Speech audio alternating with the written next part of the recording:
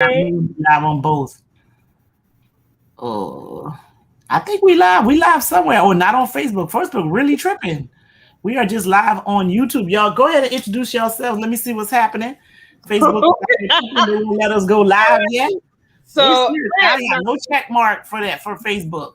How Yard Stream? Y'all gotta get Steam. Well, it's not Yard Stream. Stream Yard. Y'all gotta get your stuff together. Wait, okay. How about Facebook straight up deleted the whole thing? It was Facebook or the other one? Yeah, Facebook deleted it. Facebook, you need to get your stuff together. Sorry, StreamYard. We was about to blame you, and it wasn't your fault. It wasn't your fault at all. Anyway, so I am a Narnique Nikki Grant. Narnique Pierre Grant, but y'all can call me Nikki. And I'm on location, so bear with me and excuse the background. I do apologize. I am one of your co-hosts for Racing the Racist. I am also a former candidate. I ran for office for school board. We're going to be talking about all things racist and political races here. So we're looking forward to a very robust conversation today. We welcome any questions, concerns. While you're on this page, please hit subscribe, like it, and share it so we can have everybody part of the conversation. And we want to make this as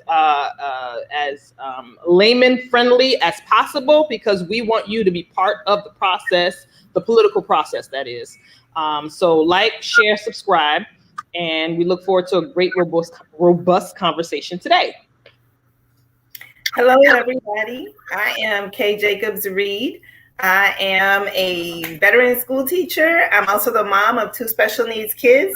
I serve on the ESC Advisory Board for Broward County Public Schools, and I'm also an advocate for special needs children, in addition to doing a lot of other things in the community. But I am here to bring you some updates on, for children with disabilities or people with disabilities, what's going on in the community, and as it relates to legislation. So today, I've got some good information on a bill that was signed by the governor and just recently went into effect on July the 1st, and all Broward County parents need to know about it. So stay tuned for that. What's up with you, Sandra? Oh, I'm still tripping because I can't get us to do this on Facebook. What it's asking me to do is I would have to actually create a whole new yard stream because Facebook apparently just deleted the event. So if we continue talking, we are not going to be on Facebook at all. So we may have to just start over. We can either start over or we're just going to do YouTube today. And I don't know how to. If I tell you that I knew how to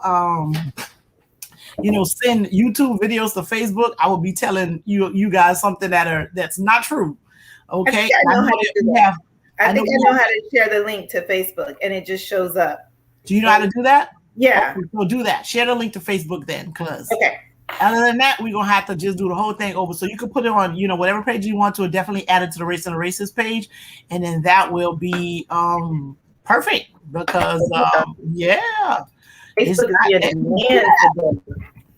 just not letting me do that. But I just started talking without telling y'all who I am. So I am Sandra Sheffer. I'm one of the co-hosts of Race and the Racist, where we talk about all things race and all things politics. We got a lot of stuff to talk with you about today. And I'm stuttering because I've been talking all day. Matter of fact, I've been talking all week, right? So because kind of talking is my business, right? So I've been doing that. Yeah, so we got a whole lot of stuff to talk about. The world got a lot of things going on. I say the world got a lot going on. There's a lot going on. So we come here, we talk about it, summarize it. Some folks we're just informing. Others we're just giving some commentary on. But yeah, so we're going to get the show started. Once again, I'm Sandra Sheffer, one of the co-hosts. You heard how Ebonics come in? The co-hosts. Listen, we're gonna do a very we're just gonna touch a little bit on the District 20 race only because some new information has emerged. What you gonna talk about? Don't talk about that, girl. I just want to highlight the people. I just want to highlight the people. Don't talk about what they're one of the candidates has now raised $2.4 million in their campaign. And I just wanted to let the people know, let the people know y'all can figure out what y'all want to do with that information. But one of the candidates, I'm just saying, listen, it's important for you to watch this race. If you are in District 20 and you are part of the, that congressional district, it's important that you understand and see what these candidates are doing. So one of your candidates, I think she may be the one who has raised the most money at this point, from Politico.com, stated that she raised $2.4 million, and that would be Sheila Sheffilis McCormick. So just wanted to put that out there. That's a new development for me. Just wanted to put that out there. So make sure you go and look up at those races. Kay, how many we have running? 8 Democrats? 13, baby. 13 Democrats. 13 Democrats are running. 13 Democrats. It's 13 Democrats? I thought it was like 8. Yeah, it was, but now it's 13. I was looking for my mama's name because I figured she gotta be in there too. Everybody, right? I don't understand. But what I will tell you, are we talking about that saying, everybody named mama running? Everybody named mama is in this race. But you know what it is looking like is that the winner of this primary is really going to win that seat. So this primary in November has become so important. And I will tell you on a separate platform, we are doing some volunteers sign-ups to get people to go out in the communities and let them know that this race exists, because a lot of people in District 20 are not aware that there's a primary coming up in November. And they absolutely need to participate in it, because you all know for congressional seats, when people win, they are usually there for a while.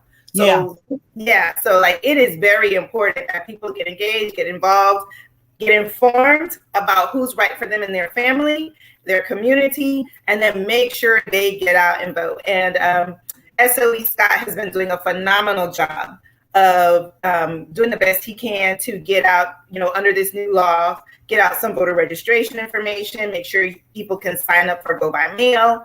I know he's still working on that, but you can check out the Broward SOE website for the latest information. But we do plan on doing some canvassing, going door to door and letting people know, like, hey, this is happening. This is important. This absolutely affects you and your family, whether it's healthcare, immigration, disability, taxes, discrimination. And also, Democrats really need to keep the majority in the House. So that's another reason why the race is so important. Absolutely. Yes. So 13 people. Well, at least I guess it's a good thing and a bad thing, because, you have people who are ready to serve, and then you also, it's just such a crowded race that, it becomes so cumbersome. It's hard for people to really kind of pick one person and make a decision when you have so many with so many varied views. So we have, the District 20 people, you have your work cut out for you, and that, it's important that you are part of the process. And since now the laws have changed in terms of voting, as Kay mentioned, our supervisor of election has been doing a very good tour in Broward County, trying to explain some of the processes, what he's doing, how you can be more involved, how you can do your voting legally and correctly. And so we really urge you all to go onto the BrowardSOE.org and really kind of learn. And if you haven't already, please request your ballots if that's what you're doing, because now they've changed the law where you have to do that every year. Before you can do 2 or 3 cycles, but now we can't do that anymore. So make sure you go there and pull in and register, and not register, but get your ballots to be sent out to you. So make sure you do that. But it's a crowded race. People are stepping up their game during the candidacy. And so, I'm just putting it out there. People just stepping up their game. So pay attention. Fais attention. Fais attention. Fais attention. And for those in Creole, not only fais attention, but gardez qui moun kap dépenser l'argent. You know that? Yeah, right. Yeah. So let's dive into our Texas Democrats. Woo, woo, woo. Oh, Texas. Let's lay down the foundation. Let's lay down. Ask about us. Let's lay down the foundation. Ask about me.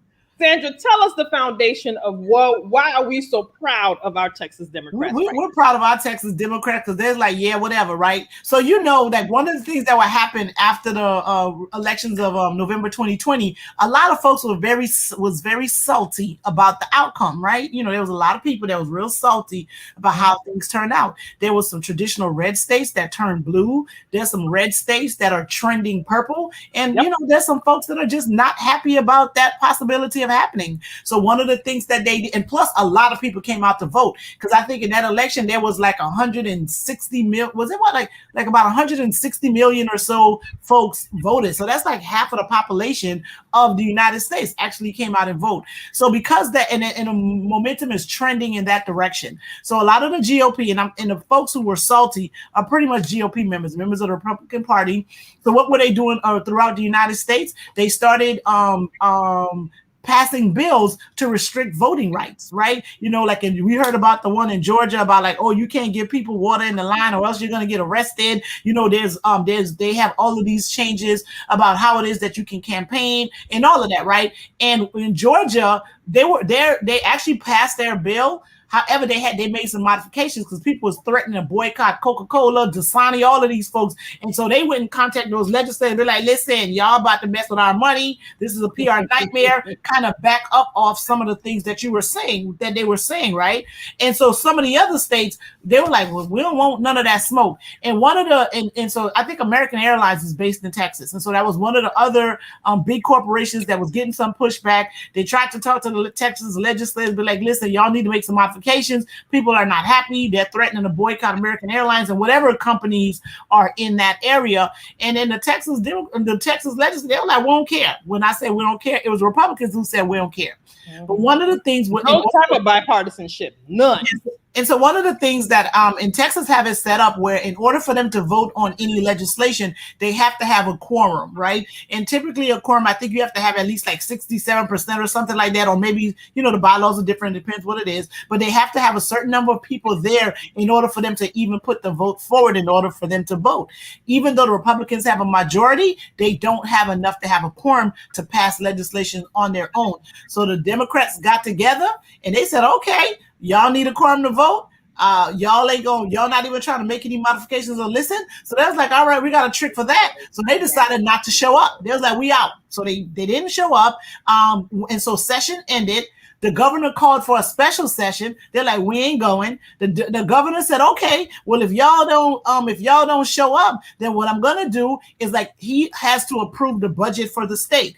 And part of the budget has their salaries included in the budget. And he couldn't say, I'm gonna pay the Republicans and not pay the Democrat. So he's like, I ain't paying nobody. And the Democrats were like, so what?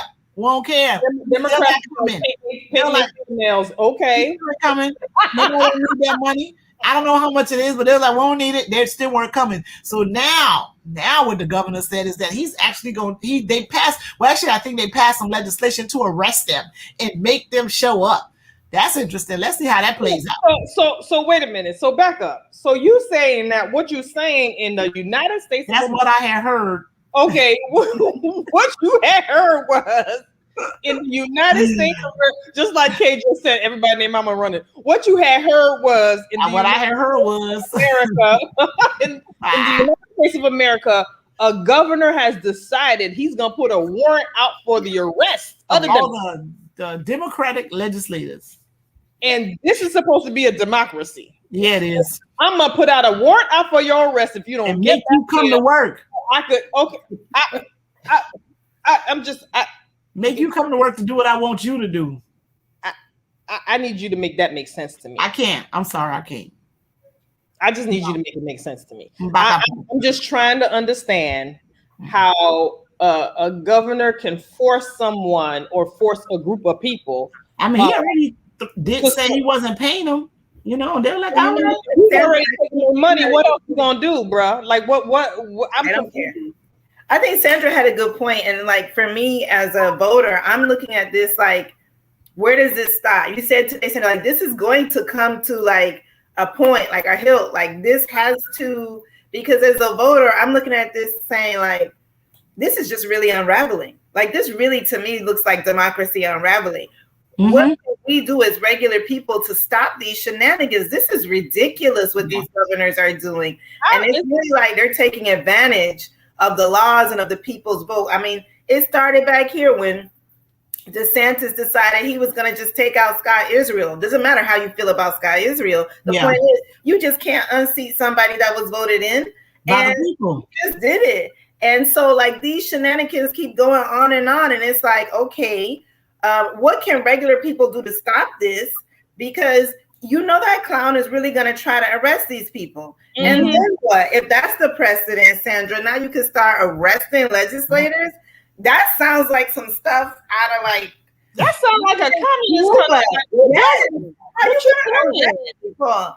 I mean, so you bending people to your rule now? Like people don't have you. So what's the purpose of us voting for people who's going to represent our interests? If you just going to arrest them if they're not and they're representing our interests, or like Arizona, you're just going to fire them. You just like wait, no, you don't fire them. You strip them of their power and strip them of their powers, right? You keep your job, but you have no powers. Yeah.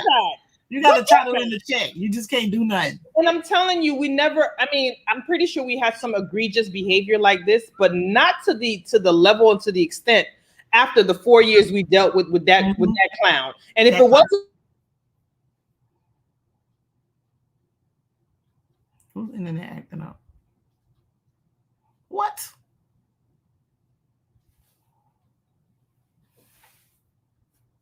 It looks like I'm here by myself. They're coming back. They're coming back, y'all. Sorry about that. It's like both of y'all disappeared. I'm like, wait, what happened? Where did everybody go? They were just circles and y'all were gone. I was like, what did I say? You know what did I say? The Republicans are like, shut up. They mad that we talking the truth. Yes. You know what I'm saying? Blame it on Governor Abbott. I'm gonna blame it on the last 4 years. If it wasn't for that fool, you understand? Yes. These governors wouldn't be behaving like this. They would not. Exactly. And if he didn't say there was a whole big lie, and you know that what's his name? Well, he did say it was a big lie. I mean, if he didn't claim that folks cheated on the election, we would not be here. We wouldn't be here. We wouldn't be here. We wouldn't have an insurgent on January 6th. We wouldn't have all these unnecessary voter suppression laws, all these anti-protest laws. We wouldn't have none of these things. Yeah, we would not have that. I mean, so to me, I'm just like, but I would like to send we love you, we stand behind you, we support you. And those who hopped on that plane to come to Washington to push for the HB1 bill or whatever, make sure we get their names so we can push their campaigns when they run. We need to financially support them. Is what they need to do. $5 works. Whatever, because that's the job of the people. When you decide you like, I am not going to strip my people of their rights, you are not going to be taking them down. That is their job as their representative, and those people need to retain their seats. So I'm all about it. Texas Democrats, we love you. I'm this close to moving to Texas, child, because the Texas Democrats feel like we bought that life. They about that life. They're like, we're not playing with y'all. We are not playing with you people. We are not playing with you. You want to what now? So okay, let's see how you work. And now the legislation that Abbott is trying to pass now, where he getting the quorum from to go get them arrested? I like to make that make sense. I don't even know. Maybe that one has a different set of rules or something. I don't know. Crime? Yeah. And like, is there like a state police now? Because I'm like, is this? You know, where are we? Is this Yugoslavia? Like, what is going on? How far is this gonna go? Yeah, we in Chechnya. I don't understand what's going on. I don't get it. I don't get it. But whatever. I mean, I'm bewildered, is what I am. And it's like I don't know who it is. I guess it's me, right? Because I'm American public, but. Who is it that's supposed to be overlooking these people to be like, okay, now stop that. You're not acting right. We're not gonna let that happen. Is that the president? Is that like the checks and balances? Is that nobody's in charge? So when it's no, so there are people in charge, but the people who are in charge are willing to do the wrong thing. Are the ones who's doing it. They're doing the wrong thing. So who's in charge of the people in charge? I'm just so annoyed. All the people who's willing to do the wrong thing, the Texas GOP that's stripping people of powers if they don't vote with the party line. You know, they're the same group of folks who told people we didn't send you there to think. So can the president strip him of his power? I don't think so. Well, he can't strip other people of their power. The people can. The people can. They can recall him and make sure he doesn't get reelected. The people can. That's true. Or they could just express to the elected officials who are supporting this shenanigan their discontent. You know what I mean? The people is we the people, right? So people the Democrats of Texas, all you need to know is Abbott don't represent you. Because if he's doing all of that, that means he doesn't represent you. Abbott's supposed to represent them, everybody in the state, not just Republicans. Libertarians, he's supposed to represent everybody. And if you have a party that is staunchly against stamping you of your rights, and your governor, who is supposed to represent you, decides that he's still gonna do it anyway, by any means necessary, then he don't represent you, and he don't deserve to be your governor. So the Texas people, whoever are watching from Texas, you need to make a decision in the next 2 years or whenever Abbott is up, and make a decision and say, do you want this man to continue to non-represent you, because he's not representing you, all right? Because it's by any means necessary. Right. So, but what you can do now is to definitely let the people who are elected know that you're not satisfied with what it is they're doing. Period. Can they start a recall, Sandra? I don't know. Maybe Texas has that. But before even a recall, I think what are they immediate, because recalls have to go on the ballot. It's like a whole complicated process.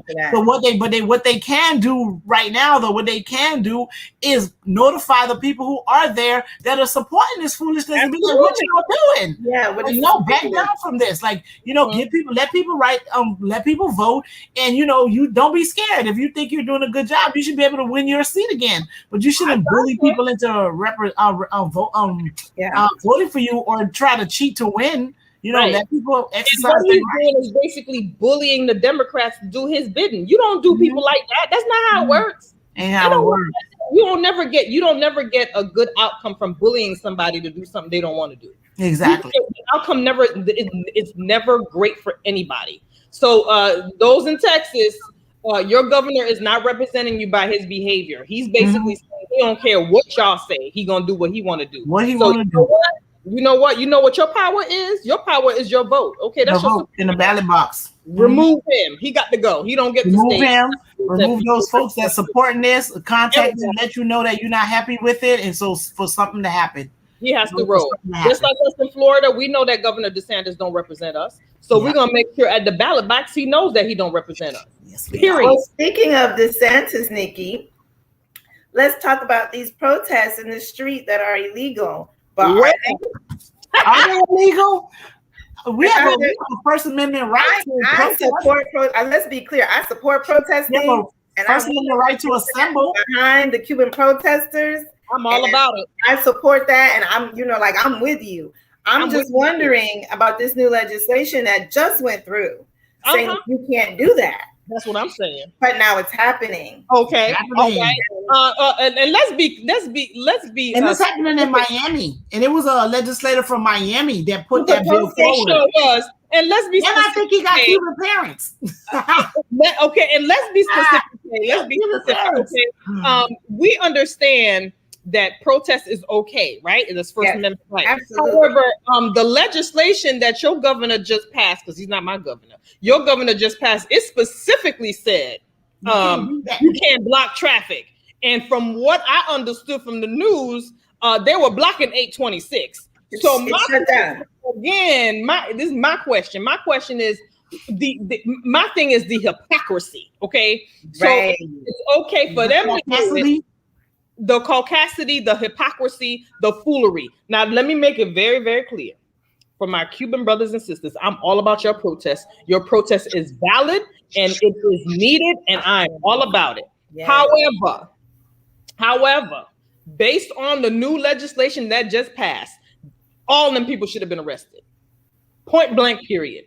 Now we can get rid of the legislation. I'm down for that too. And that's probably what they're gonna realize they need to do. I'm sure when they go back in session, the Democrats will be like, so because Sandra, legally, now somebody else protests and they get arrested. Does that set a case? I mean, legally, wouldn't that say like? Listen, and let them be foolish enough to go and arrest black people that are protesting. Yo, that it needs to be an uproar, because that means that y'all really about to pick and choose who y'all gonna decide to enforce this law against, and that's not how things are supposed to work. That ain't cool. That ain't cool to me. That's not cool to me. My thing is, if nobody got arrested, that means that if we don't get what we want as black people, we're going to protest too. Okay. Peacefully protest. And I remember somebody on a post said, well, it says they may, and this, that, the other doesn't say they have to, or potato. Okay. My point I'm saying is that they selectively choose who they want to enforce those legislations with.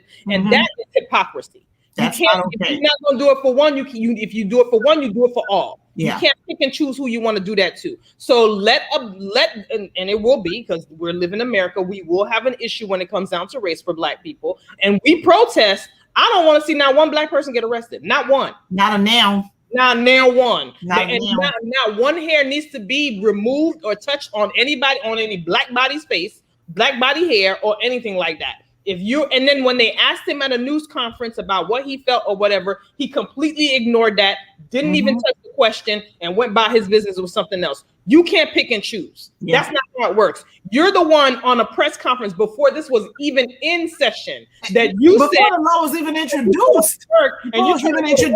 And the road is before you introduce it and you're on the road and you can't get home, there should be stiff penalties for that. But we just saw that, and there was no stiff penalties. Not enough. Home, everybody was good. And again, we want to preface that all three of us are all about protest. Yeah. All three of us believe in what the Cuban people are doing. We are all about it, and we support you. But what we have a problem with is the governor and the administration on how they decide to make these legislation, how we fought not to have this become legislation, and now you don't even use the legislation that we fought for you not to have. Yeah. I mean, this is a very definition of systemic or institutionalized racism. Like, he literally wrote a law that clearly only applies to certain people. It is oppressive to a certain, because when other people do it, they're not held to the law. But when people of color do it, or black people, and what happened with Black Lives Matter, all of a sudden there needs to be a law. We must stop this. This is like literally the definition of systemic racism being in the law. Wasn't that mob intimidation? I'm trying to figure, isn't that considered mob intimidation? Because the first thing I said was, that's mob intimidation. Y'all up here blocking people's way. And then the police officers, they're interviewing the police officers, and they were like, well, I mean, I support what they're doing, but we can't think of whatever. That's not the energy the police officers was given when we were doing Black Lives Matter protests all across the country last year. We didn't get like, well, we understand what you're doing, but we can't this, that, the that's not what we got. We got beat down, thrown down. If you saw those police officers, there was a woman that was just walking in New York, minding her own business. She was walking with protesters or whatever. He came from where he was coming from, police officers, and threw her to the ground, gave her contusions. She, fractured her skull, and she was just walking. Yeah. And the demonstration that the Cubans, and rightly so, I'm all about protest. What I'm not about is, y'all can't be blocking the road and nothing happened to you, and they just pass legislation. I have a problem with that. Because if black people are going to protest and we blocking roads, not one of us should be arrested, period. And if I hope it shows them is that we just need, like you said, get rid of this legislation. I hope when they go back to Tallahassee, someone makes, some type of bill to say, look, as you can see, hopefully this is successful. Yep. Hopefully we can get democracy in Cuba. Hopefully we have a better government there that represents all people. And if this is part of that measure, why would we be stopping it? And if we're not stopping it for Cuba, why would we be stopping it for the United States? Anybody else? Yeah. We got to protest for our own country too. Absolutely. So maybe we could see that, hey, this legislation is not needed. And I know I'm being pie in the sky right now, y'all. I know that. But I hope that's what comes out of it, because I want to encourage the Cuban people to keep doing it, supporters, allies, everything. But that liberty, that freedom of speech and right to protest belongs to everybody. Yes, Every does. person, and especially and especially those who live in this country. If you were born and raised in this country and there's injustice in your country, you have to have the right to protest. Unlike Cuba, that they're very stringent in their country, and they don't get the opportunity to do their protest like they should, and they use their platform here, and I'm all about it. But we who are here should be having that opportunity to do the same. And there's no reason at all for Black people to be on a sidewalk or in front of a store or whatever it is to protest bad treatment, mistreatment, egregious behavior. We should be able to do that and not be labeled as a riot or mob intimidation. Mob. Yeah, those descriptors are not only for Black people. Those descriptors should be, according to you, Ron DeSantis, for everybody.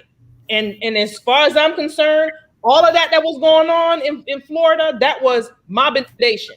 That's basically people saying, this is what we want to get done, or we're going to have some problems, okay? So to me, and again, they're right to do what they have to do, because what's going on in Cuba is not right. Terrible. That should apply to all of us.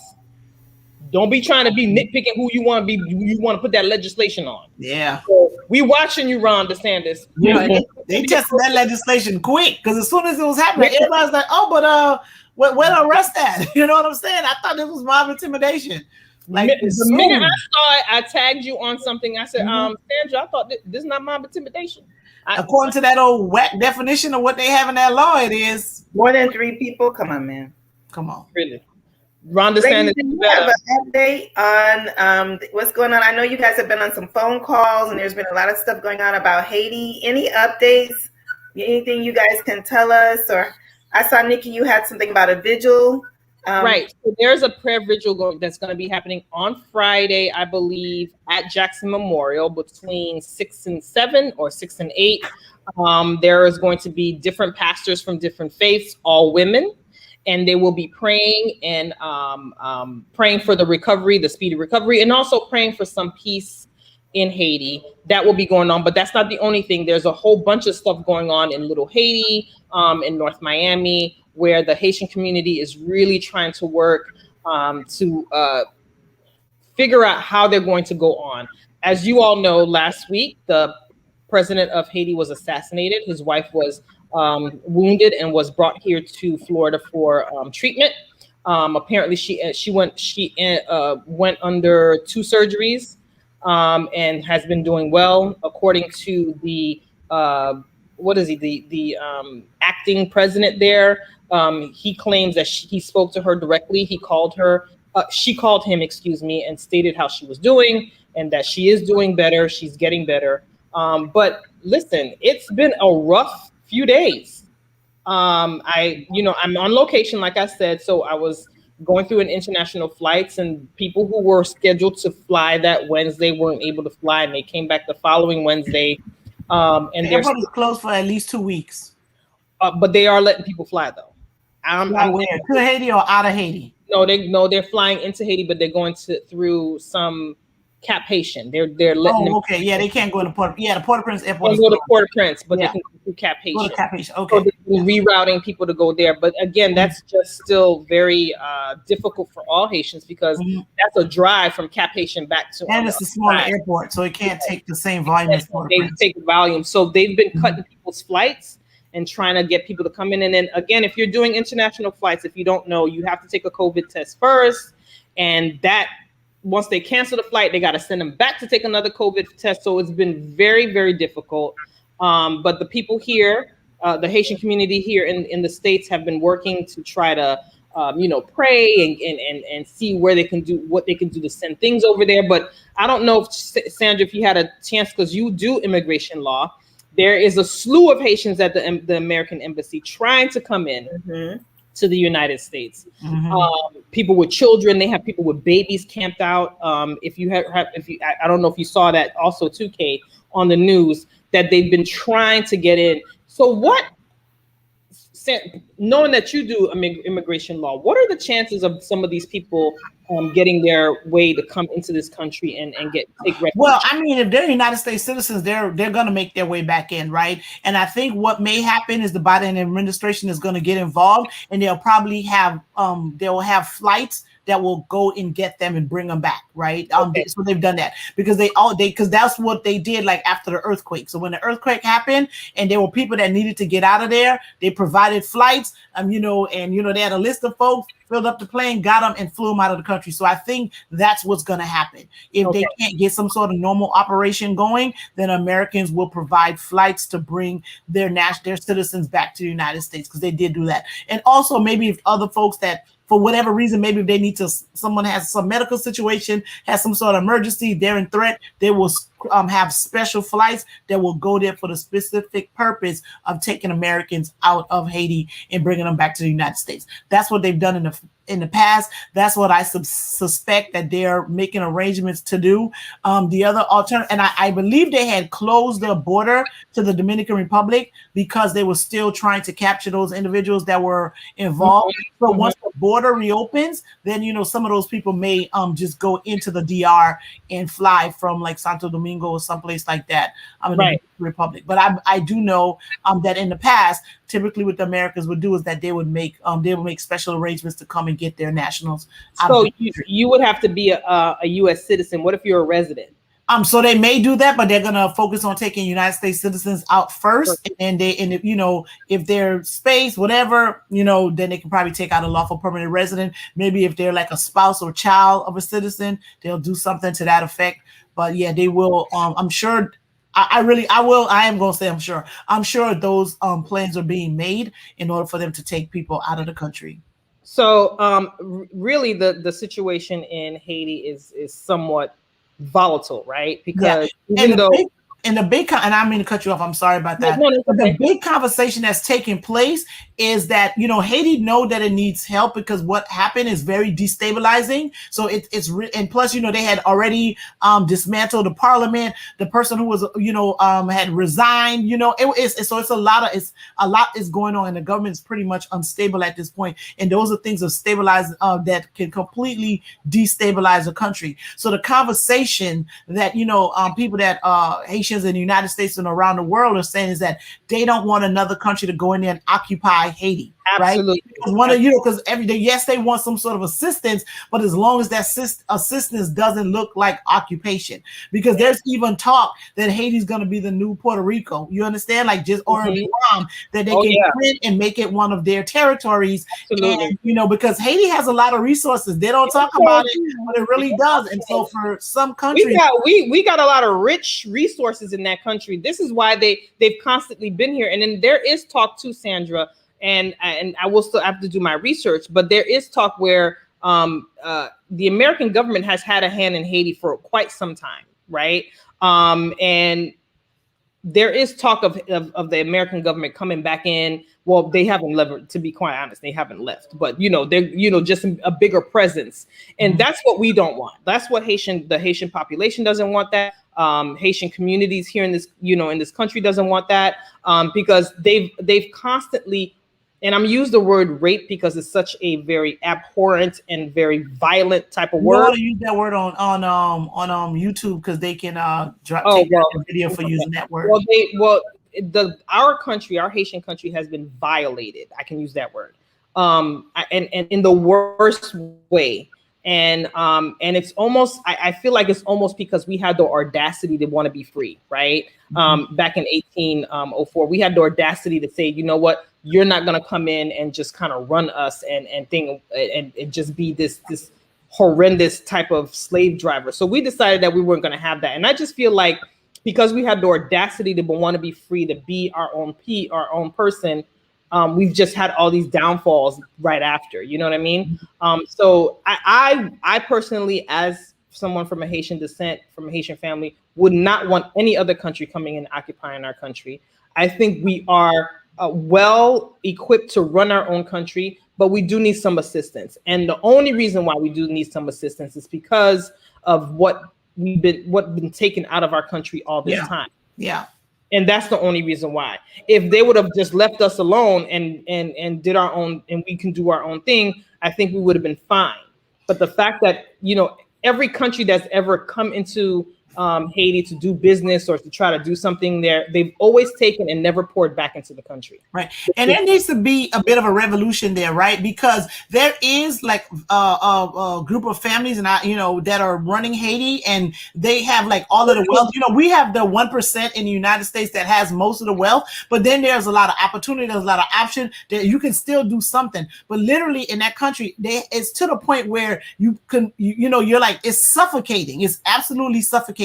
So not only are other countries intervening and not letting a place develop like it wants to, the people who are there, they're taking everything for themselves, and to the point where they're paying people money that there's no way you can do anything for yourself. And then so you have to rely on a lot of outside help. And even when family members send stuff to Haiti, it has to go through customs. Half that stuff never make it to the intended person. So it's just when you have an elite that's running everything, you have so much corruption that's going on, and you have people living in a situation where it's really not sustainable, or it's not in a place where people can develop. So there is going to be a bit of a revolution. What that's going to look like, I don't know.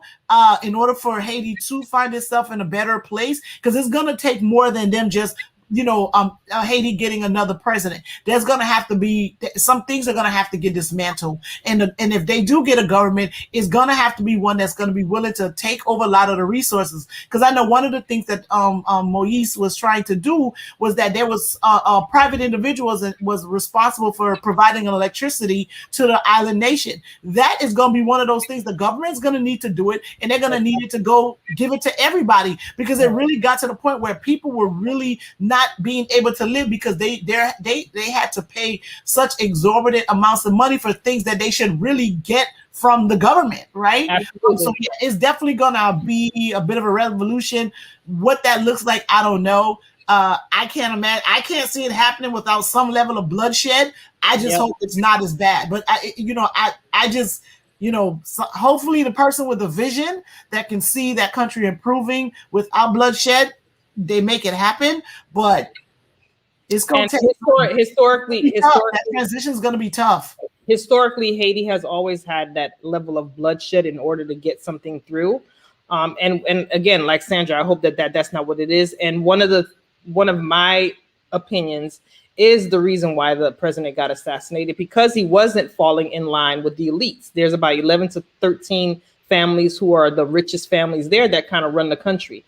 And he wasn't trying to take money from them. He wasn't trying to, do things the way he wanted to. He wanted to. So what he was doing was like he was doing things that was costing them money, right? Right. So he was implementing some things that were like, no, you're not going to be able to do that. And so, Right. He's basically like Bernie Sanders. Basically, you need to pour into the country that you live in. You can't be living and making all this money. Some of it was like, so some of it is like pouring in, but the other part of it was like, yo, you just really just standing on people's neck. Like, the point where it's like, okay, so say you don't want to give nothing back. You can't take everything. Like literally, especially the stuff when I'm talking about customs, there are people that run that. You send your stuff, if they would just give the people the stuff that they're supposed to get. And if people are getting money from overseas, why are you charging these exorbitant fees that is almost like you're sending like $100 US? The person is probably going to end up with like $35, $50 or something like that. If they would just allow things to kind of happen, it wouldn't even be so bad. So not only are they the richest one and they don't want to give nothing, they're also taking. They continue to take from the poor. And that's the part that's the problem. And that's the part. Stop taking from the poor. And that's what he was fighting against. But again, when you have an elite, when you have several elites who basically run the country, they can flip the narrative however they want to. So, while people may say, oh, he wasn't a good president because he did this, that, the other, you don't know that for sure. Because they control the media. Because they control the media. Yes. And so you had all these things happening. So we're praying that things, progressively become better. I want to be optimistic about our country because I believe Haiti has always been a resilient country. They persevere through a lot, and I'm just trusting that they will get over this hump. But in the meantime, we're going to pray for the First Lady on Friday. It's going to be everybody's welcome. I was posting the flyer, and I'll post it again on Race in the Races. And, you know, just come out. It's just a day of prayer. There'll be like 7 people talking and 7 pastors, and they will all be praying. It's not a political thing. We don't have elected officials there. Only prayers, only people who are coming to pray, people coming from Orlando and Tampa. And so it's just going to be one day of prayer. We were really happy that Jackson allowed us to do that. There was 22 requests. They denied everybody. You know, Dr. Flora and a few others, you know, really asked and really worked hard to get Jackson to at least afford us a little bit of time, and they did. And we want to thank Jackson Memorial for doing that. And we're just working it through. Every day, new news comes out from Haiti. Some of it's real, some of it's fake. You just got to sift through it. Some of it is horrendous. I know that there was one where they were showing the body of the president, and it was very abhorrent, very upsetting. And it was all over social media through WhatsApp. And it was just disheartening to see. And this man has children. He has a wife. And some things you can't take off the internet. It stays on there forever. And so I don't think people realize how disheartening that was. And, you know, I just implore our people, don't share that information. Don't share that photo. We all know that he's been assassinated. We know we do not need to see anything else. And we just need to kind of focus on trying to get Haiti back to a better status than they are now. So that's our focus for that. So continue sending your prayers out. If you know anybody in the Haitian community and they're doing anything, please show your support, participate, ask them how you all can help. And we hope that the United States government does right by Haiti if in fact they do decide to be a bigger presence there. So we're shifting gears. We're going to shift gears to our Caucasity corner. Before we start, I just want to know, Kay, did you see the video of the woman, the white woman at the Victoria's Secrets? Okay. You're on mute, Mama. You're on mute. Oh, okay. No, I miss it. I'm always late. You know that. I'm running behind kids. Okay, so I'm gonna set the stage for you. After you do it, then I go watch it. After y'all tell me. After you do, okay. So there's 7 parts to it. All right. 7? So yes, honey, because she goes to our sister is a black woman. She goes to the police station afterwards because she sure did file charges. So let's set this up. So she comes to Victoria's Secret. She gets a little coupon where she can get her a free panty. That's what she was talking about. She comes to the thing or whatever, and there's a white woman who bum rushes her. That's how the video starts. She bum rushes her, and she was like, hey, what are you doing? Like, don't do that. And she puts out her videotape. The minute that you see her bum rushing and she backs away and she's doing the videotape, guess what the white woman does? Just guess. Guess what she does, Hey?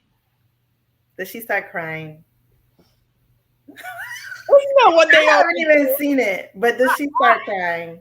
She starts to cry. Goodbye. She doesn't just cry. She doesn't just cry. What did she do, Sandra? She don't just cry. She started crying and she accused the woman of hitting her. Oh, she pretended as if she were. I should have known. She's the victim. She's the victim. Yeah. So she lies and says our sister attacks her. Okay, like straight out lied. Everybody in the story knows this. Straight out lied. Yep. Straight out lied. Okay, she lies and she says she hits her. Then she breaks down. She throws herself on the floor. She's having a tantrum. She's screaming and saying she's videotaping me. Take away her phone. Take away her phone. Screaming at the top of her lungs, right? So the black lady who's videotaping, she says, "Can y'all call security? Because she getting out of control here." And I'm afraid to turn my back on her. She throws herself on the floor and act like she fainted. Does she need to be reactive? She has some mental health issues. We don't want to say it's mental health, because if you say it's mental health, then you're making an excuse for that bad behavior. Well, that is true, because it's not mental health. It's that just ain't mental health. That's just bad behavior. She was crying and carrying on, and while she was crying, she's like, "Get that camera away from me!" She was screaming at her. There's another white woman who is being serviced. She turns to the woman who's videotaping. She's like, well, why don't you just move away from her or whatever? So the black lady says, why I got to move away from her? She the one who acting crazy. I'm not doing anything. Tell her to leave. And then the white lady turned around real quick and mind her business after that. She was just like, she's like, you turned around and mind her business. Mind her business. Okay, so it gets worse, Kate. So the other lady's still going on? Antics. But, okay, and why is she doing this in the first place? We don't know. Okay, go ahead. Okay. She tells her to get away from her with her camera. The woman is far away from her. As a matter of fact, Kay, the black lady backs away. And what does the white woman do? Come closer. Running towards her and screaming, get her away from me. Take her phone. She was trying to get him to take the phone from her because she wanted to get the recording. I'm confused. First of all, you want me I don't think the lady was backing away. I think when she started coming towards the sister was like, oh, shoot. And they're literally running around the store. Right? Yes. Running around the store. And the lady's like, yo, the black is like, yo, somebody help me. And then one of the women that worked in the store tried to come. Yeah, she was calling for security. And the lady that one of the women, the managers or someone came and tried to stop, make some go in between the two of them because this other woman was literally running after her in the store. In the store. So she's repeatedly saying, where is security? Where is security? Right? Because she says in her video, you can hear in her voice, and she's like, if this were me and the roles were reversed, security would have been here already. Where is security? So she continues to scream on the top of her lungs, stop filming me. Then she hops on her phone. But like you could just turn around and leave and nobody would be filming. She could have been left. She could have been left. The minute she saw that lady had that camera, when she tried to attack her. Nonsense. And turn around and leave. She hops on the phone, Kay, and calls the cops. On who? The black lady. On the black lady. For filming. Yes, ma'am. Yes, ma'am. She calls the cops and says she's filming me, and then she's screaming at her, telling her to stop filming her while she's on the side. Can you get here, please? Can you get? And she's crying and carrying on. Okay. Another white woman comes to her. She was like, why don't you come outside with me? Come outside. She's like, well, she's filming me. She's like, it doesn't matter what she's doing. Come outside with me. Come outside with me. She refuses. She's like, well, she's filming and I don't want her to film me and whatever. She's like, it doesn't matter what she's doing. Come outside with me. So she turns to the lady and she was like, well, can you stop filming her? She's like, hell no. I'm filming her because I have to protect myself. Yeah. I have nothing, right? I have to protect myself. She said people die for less. For what she's doing. I have to protect myself. Security don't come until it took them about 30 minutes to get there. No. By the time they get there, they send 2 police officers. Get this. They send 2 police officers. And normally when someone's acting like that in the mall, they usually escort you out. Yeah, absolutely. Go. Stay here in the premises. You can't chase people around a store. No, this is or attack her. That's attacking her several times. 3 occasions, okay? You know what they say to the lady? She's like, well, we can't ask her to leave. Why not? She says, why not? And she tells them what police station they're from. She's like, you're from this such and such police department or whatever. You're supposed to ask her someone, well, we're not the mall police. She said, excuse me? The police. Or she said, the mall police. And then so it's 2 of them, right? So the one guy is getting information from her. The other guy, she's like, y'all need to escort her out. You should be putting her out. The other police officer turned to her and was like, why don't you go somewhere or something like that to her? She's like, no, you need to escort her out. And he threw his hand like, whatever. That's how he treated her. So she's telling the other police officer, your partner is smug. And I'm going to file a complaint against you guys because you're supposed to protect me. This woman tried to attack me 3 times. I have the video. Okay, she said you also have the reports from the people in the Victoria's. Yeah, eyewitness statements. Who backed up what I was saying, but you're not escorting her out. Well, I can't do that. I don't work here. I don't work at the mall. She said, but you're such and such police department. You're supposed to escort people out anyway. Kept on telling her no.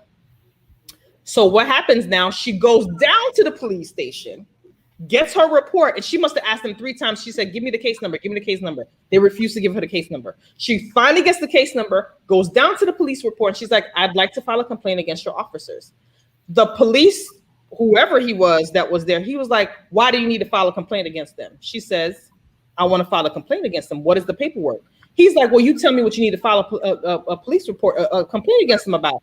She was like, well, can I have the forms? He's like, no, I want you to tell me out your mouth. So he gets to decide. And that's not allowed either. So all them about to get. She said, he's like, no, I want to tell you I want you to tell me out of your mouth. So she says, oh, so this is what we're doing. That's exactly what she says. She's like, officer. She's like, your officer failed to protect me. Your officers came and they failed to protect me. Now he's like, okay, well, I'm gonna give you the form, and I'm gonna send it to IA or whatever. I'm gonna pass it along to IA, and then they'll get in touch with you or whatever and stuff like that. So he walks out and slams the door. So she's like, oh, so that means, she's like, and this was live. She's like, I'm gonna need an attorney. Looks like I'm gonna need an attorney. She's like, if anybody out there knows an attorney, she said what state she was from, or whatever the case is. It's the level of dismissiveness for me.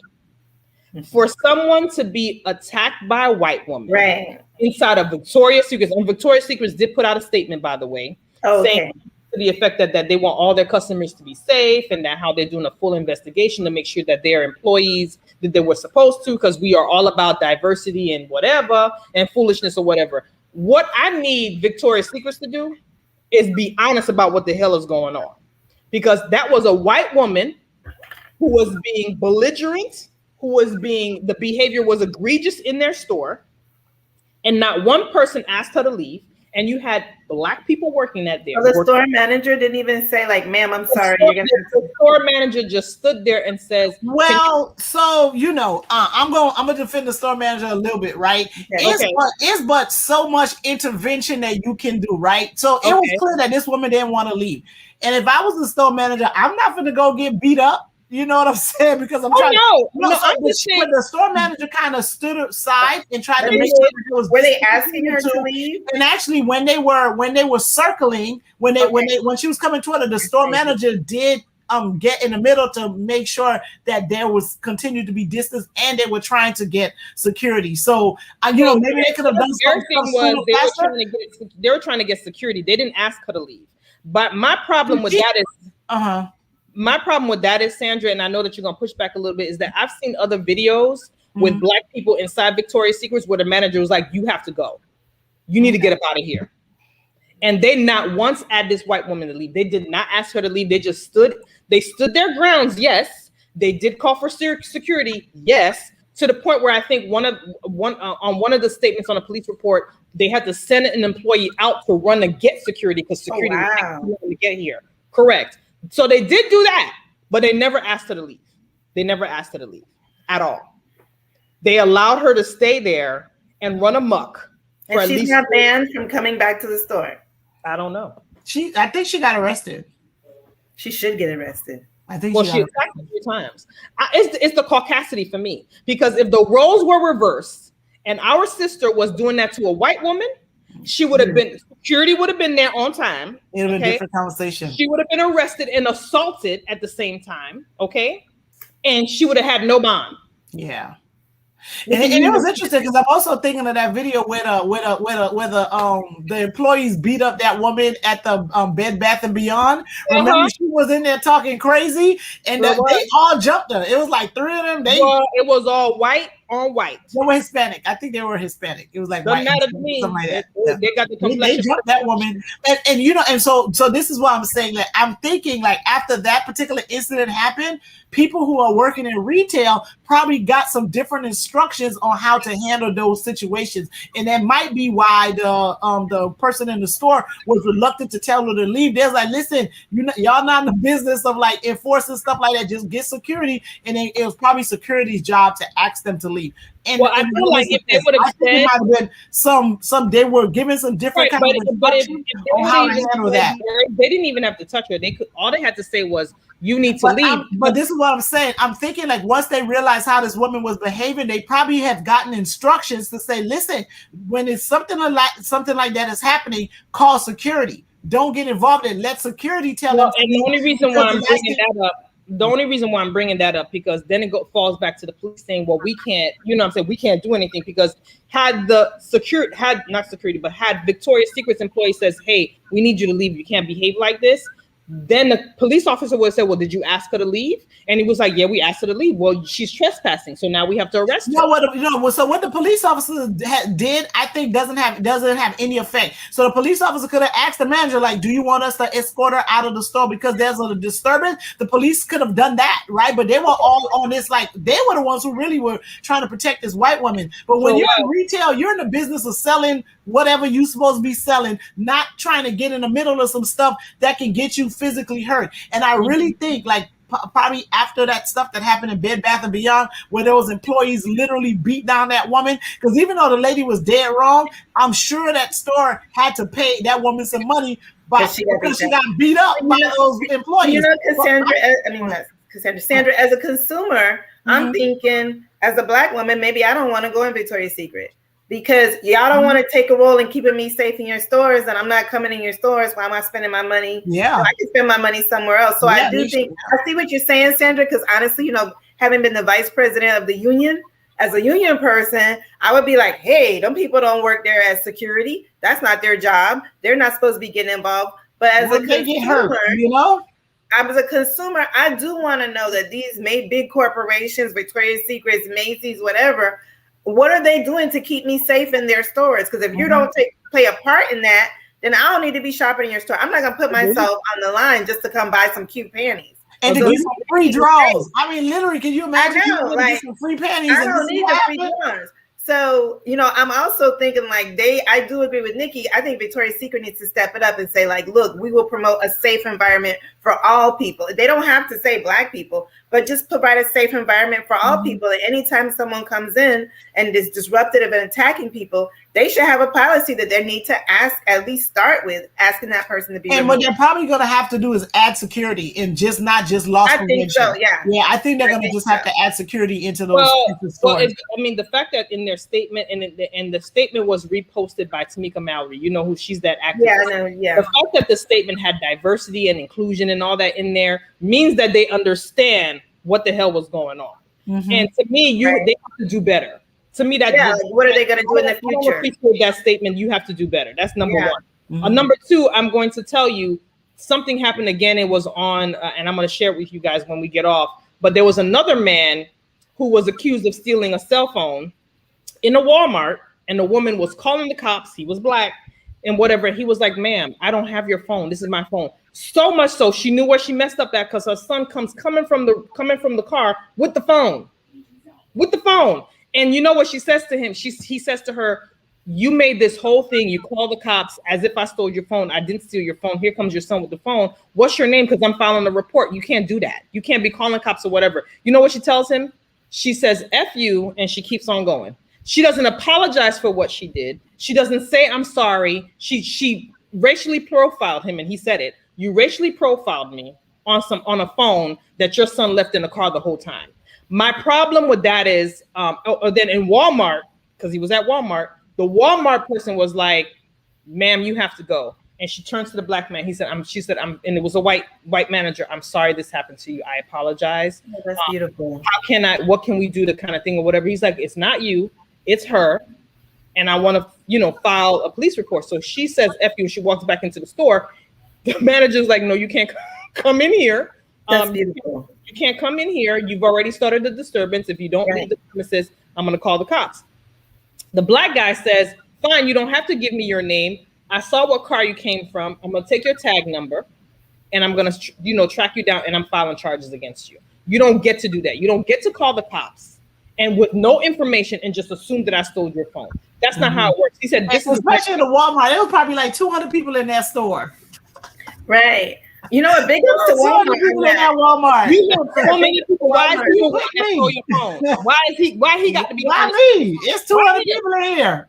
He said it. He's like, why you chose me? Why it got to be me to steal the phone? He said, because I got a couple tattoos on my arms or whatever, stuff like that. He said, you can't do that. He said, man, he just to that manager for saying like, hey, no, like she turned around. You can't shop here. Your problem. Sorry this happened to you. I'm sorry this happened to you. She was apologizing to him. But the point I'm trying to make is that white women with that behavior, the crying and carrying on and all that other stuff, people have died. Black people and Black women and men have died because of that behavior. You know, while people are sharing the video and they're laughing at it, it's not funny. It's not funny. When she videotaped that for her protection. And she kept on saying it over and over and over again in the video. And it's important that people take notice of that. This is dangerous. We're in a dangerous situation for Black people, that is. White people can go out and do whatever they want and don't get in trouble, don't even have to videotape it. But we have to videotape. Well, I mean, they think they can go and do whatever they want. But nowadays, it's like they need to think twice because folks are losing their jobs. You know, like people. I mean, that's people are coming to see them. By the way, that same woman, I have to tell you both, because you both have children who have disabilities. She's an aide for kids with disabilities at school. At a school. She's that wow. She's an aide. No more. She is an aide. The fact that she be that no more.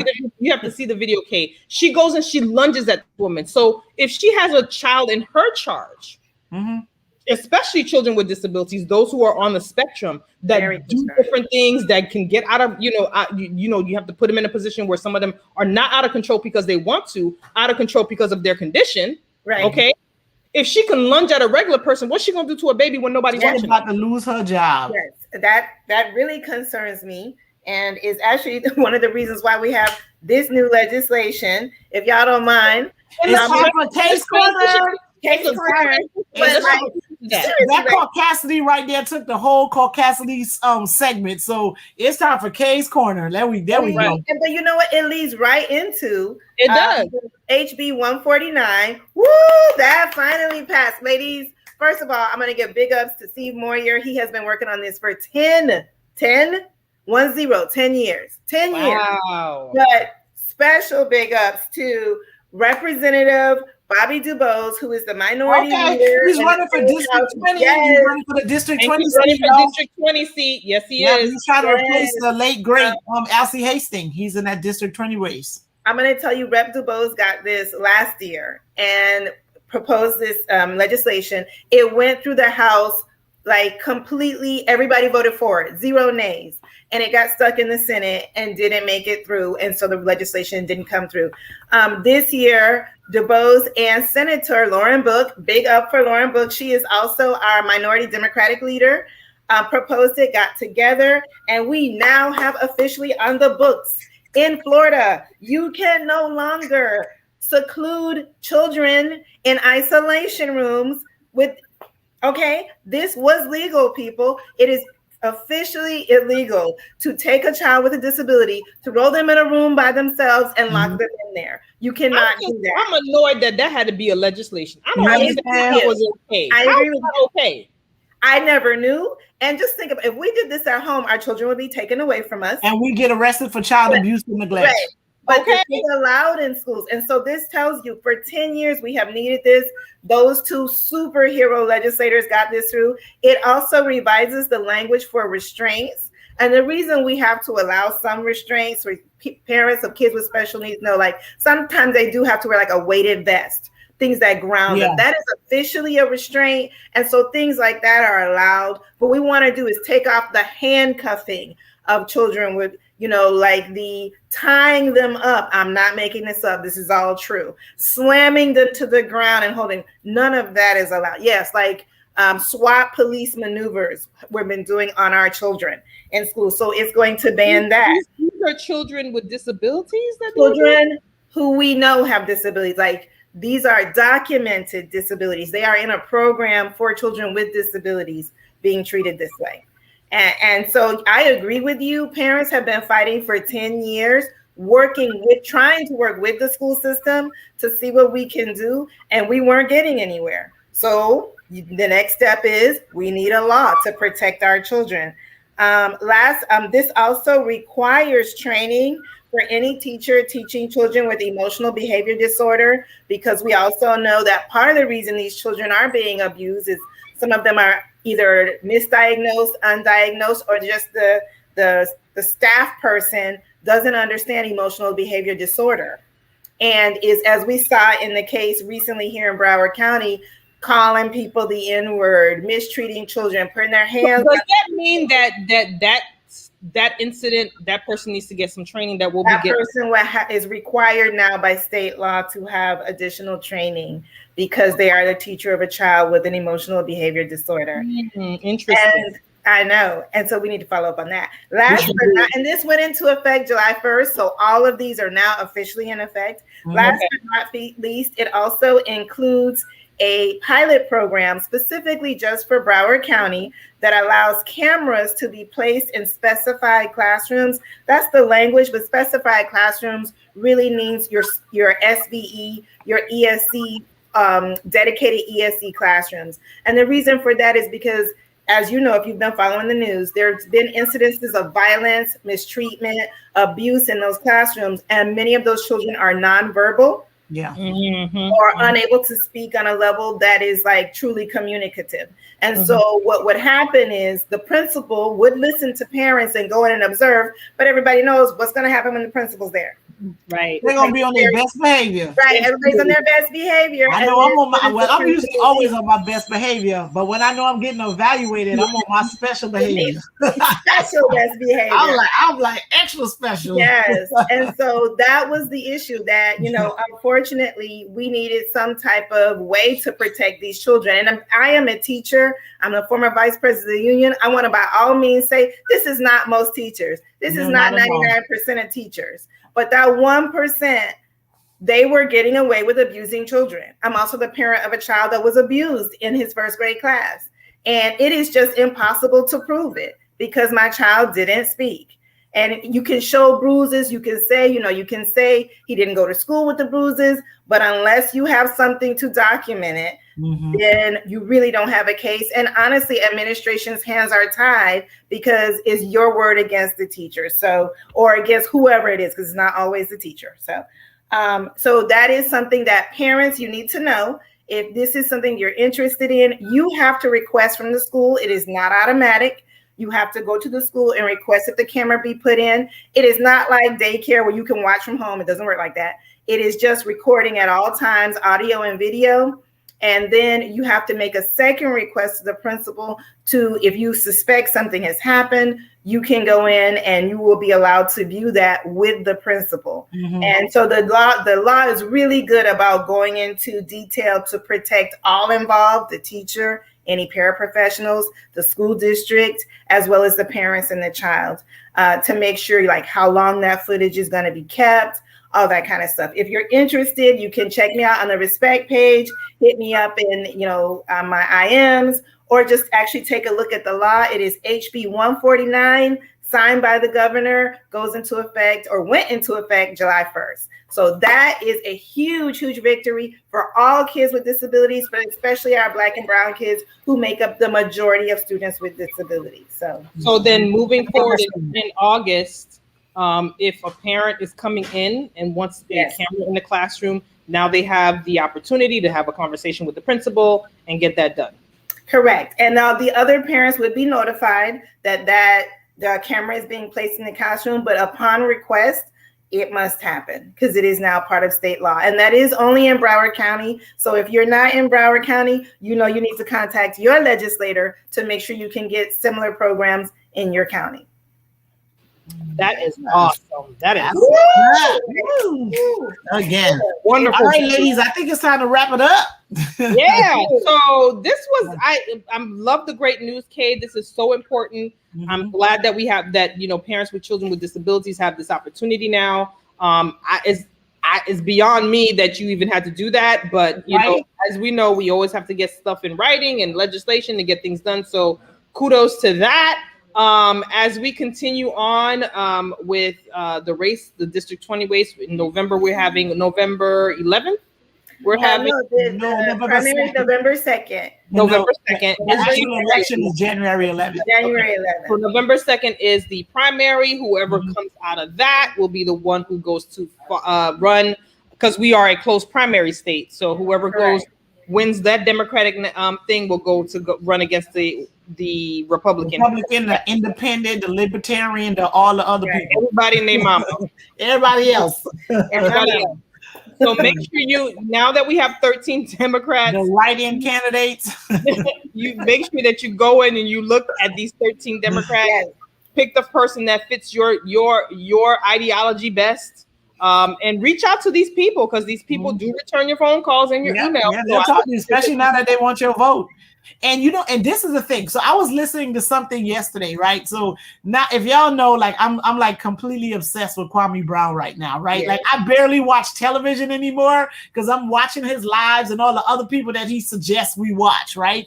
And one of the things, he had someone come on, and one of the things the guy talk about is like a lot of time candidates, they focus on like more groups than they do individuals. So if you can create like a block of folks, right, they will come and speak to a block. And particularly if you're saying like, listen, we're all going to vote the same way, right? Mm-hmm. So like if your neighborhood, like, that's why they'll go to like places like Kings Point and that type of stuff, because those groups, they vote in a block. It's not like I'm voting this way, my neighbor across the street is voting a different way. No, they typically vote in blocks. So, get your people together, your friends together, and y'all create some block. Let those people know, like, listen, these are the things that we're concerned about. We're all willing to vote for y'all, but we want to know how you stand on those particular issues. And that's what we can do. And you don't even have to do it. I mean, we want you. I mean, I'm a president of a Democratic club. I would love for you guys to join. But even if that's not what you want to do, create a block that's your family, right? It could be the Jacobs Reed group. It could be the Pierre Grant group. You know what I mean? And then vote in block and contact them that way. They will talk to you if they know like your one vote comes with 20 more other votes. Exactly. And typically in Caribbean communities, that's how it is. Because I have people who call me all the time like, oh, what do you think about this candidate? Who should I vote for?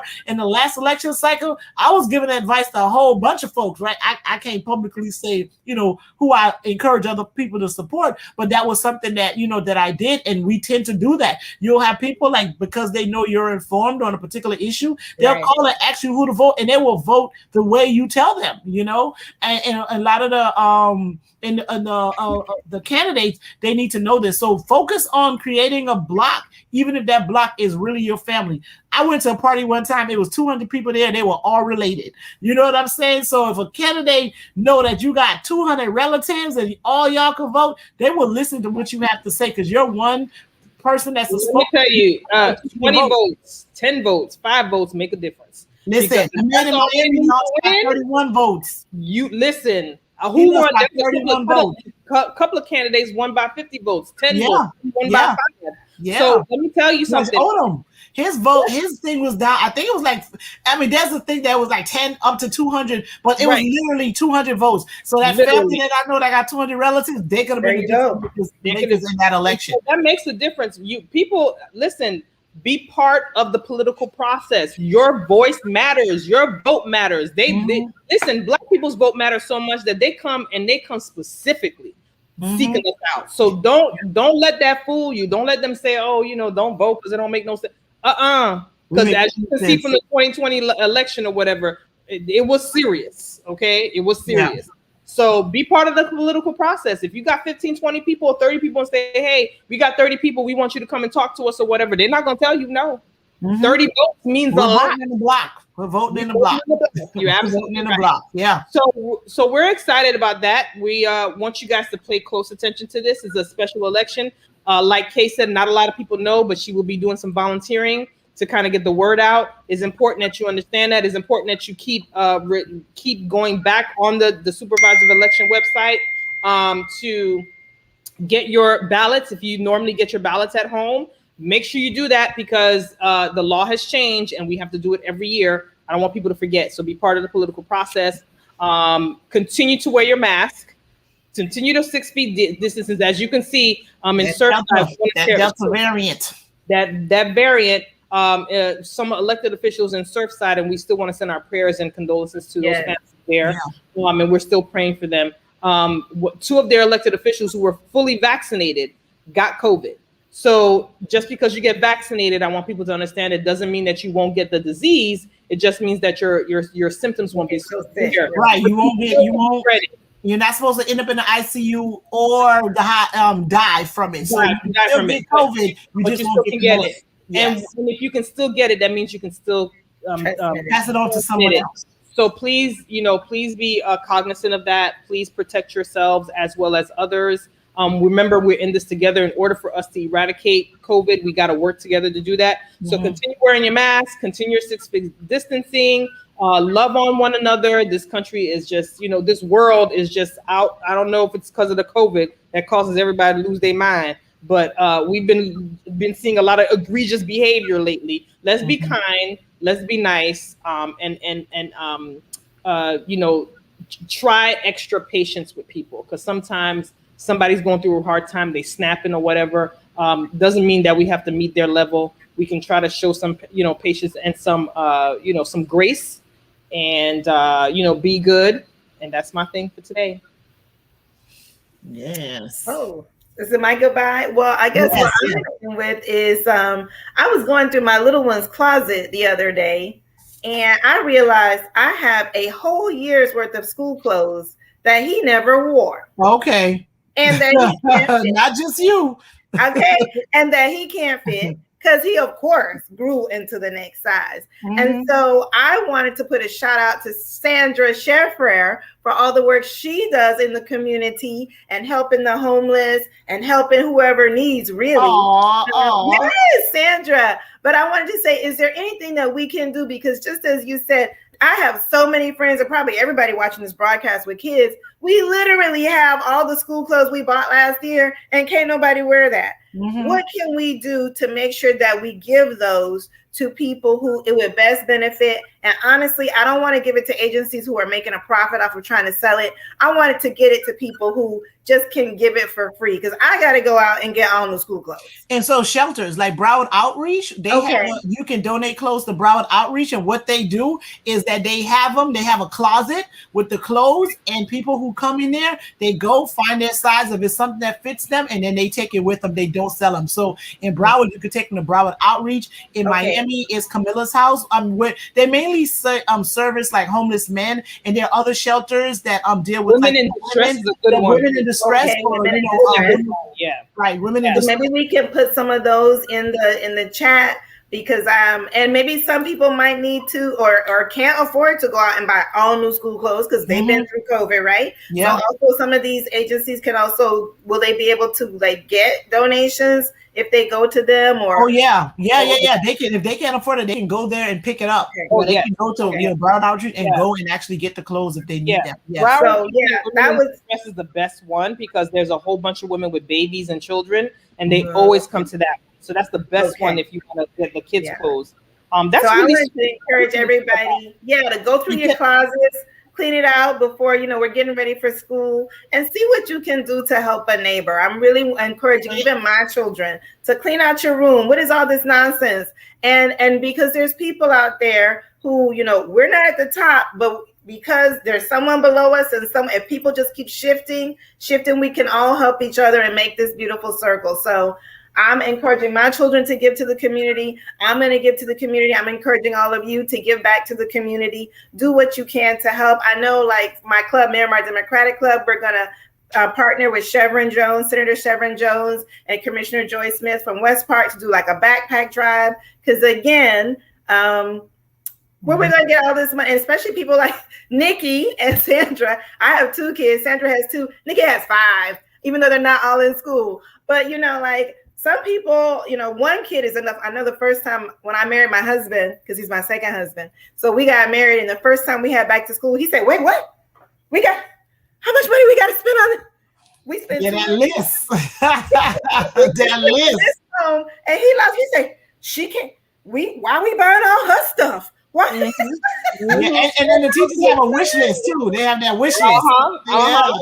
And listen, and that's a good idea too, Kay, because as the governor decided to pull us out of that the rescue plan. So that extra $300 that those parents could have been getting to kind of get the food, you won't be able to have that anymore. People who are suffering, you no longer have that option. So now people are going to be really pressed. We have to help. People have housing issues still. And like you said, I don't know what's going on, but you got hurricane season in effect now, full effect. So I think that we really need to think about what you can do. The slightest little thing you can do to give back will help. At MDC, we're going to give away some backpacks. I'm getting my kids to give away all these clothes. It's just sitting up there gathering dust. But even whatever it is you can do, I'm encouraging you to do it because we really need to reach out and help our community. I know even a couple of cities and commissioners are giving away free masks because I want to send my kids to school. Yvette Claiborne said that she did. Colborn, she yes, said that Colborn she did too. You can, and you don't have to go get it. You could just send her an email and she will mail it to you. Yeah. So that's Yvette Colborn. She's vice mayor of Miramar. You can reach out to her, send her, email her your address, and she will mail you the mask. I mean, like, look, and if you're not in Miramar, talk to some of your city commissioners, see what you can do. But it is kind of, we're just coming out of a recession. A lot of people still aren't completely financially recovered. Whatever you can do to help somebody else, absolutely. And if you need some help, we'll put some things in the chat so that resources that you can go to.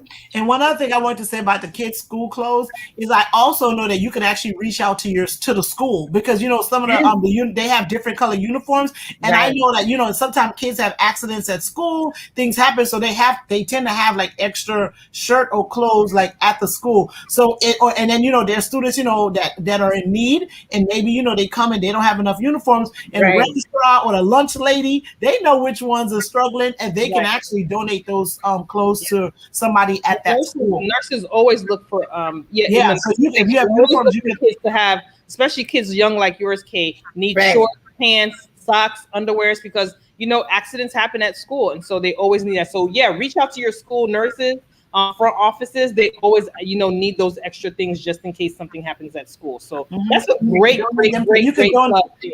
yeah, you could donate them to the school.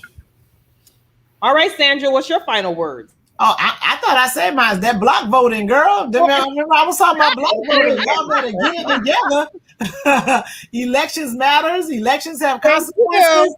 Yo, get your tribe together and be like, yo, we voting in a block, bro. What you gonna do for us? Okay, my one vote come with 50 more, whatever. Okay. If your high school or your college, your sorority, your organization, you're like, yo, we team this one person. Now, what you gonna do? What we want to hear.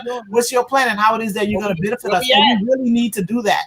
We really need to let them know that it's just not my one vote you get, and you're gonna get more. But we need to hear what the plan is. Block voting. That's what I got out of that last conversation.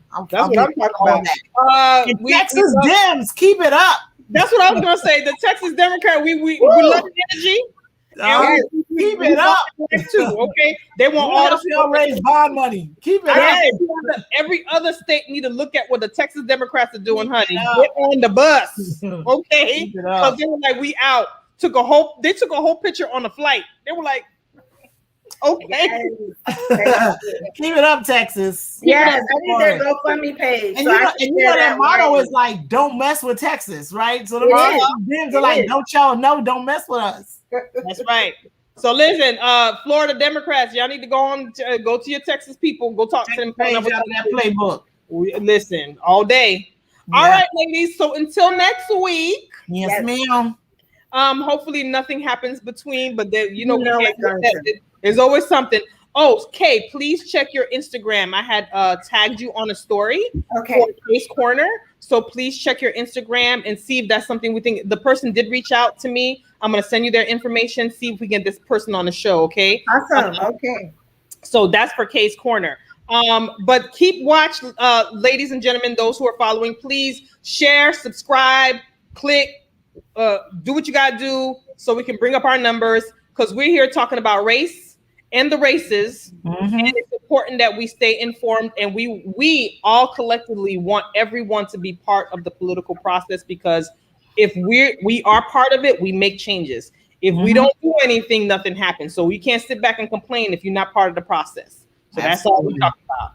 All right, ladies. All righty. See y'all soon. Bye, y'all. Bye. Have a great evening. Okay, bye-bye. Enjoy. See you next week. Bye-bye.